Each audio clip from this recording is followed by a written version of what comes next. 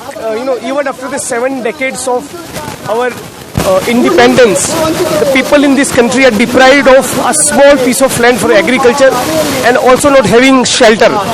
Over and above that, thousands and thousands of people, small marginalized farmers and urban poor, are like their slums are demolished, dismantled, destroyed in every corner of this country. So instead of proactively providing shelter and decent agrarian land in the larger public interest and in the national interest, all the state governments are kind of engaged into destroying their huts and shelter, which is very shocking. And here, by inaugurating this function, I am expressing my solidarity and support from the people of Gujarat, not just Dalit community, from all the deprived sections of the Gujarat. We are extending solidarity and support, and in coming years, in coming days, hopefully there will be a nationwide building demanding the housing and shelter and agricultural land for all of us.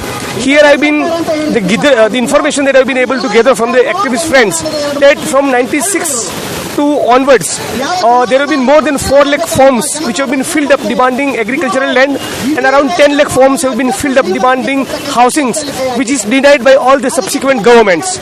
So as on today, our primary and foremost focus is on 3 lines. A, without providing proper alternative arrangements, nobody, be it a small and marginalized farmer or somebody who is having shelter, their agricultural land should not be destroyed, they should not be removed from that, and instead of that, all the agricultural lands be provided through the thoroughgoing comprehensive land reforms, and proper housing be created for each citizen who is not having decent shelter.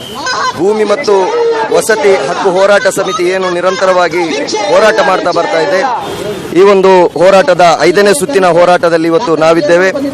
4 ಸುತ್ತಿನ ಹೋರಾಟಗಳಲ್ಲೂ ಕೂಡ social democratic party of India ಈ ಹೋರಾಟಕ್ಕೆ ಬೆಂಬಲವನ್ನ ನೀಡಿದೆ.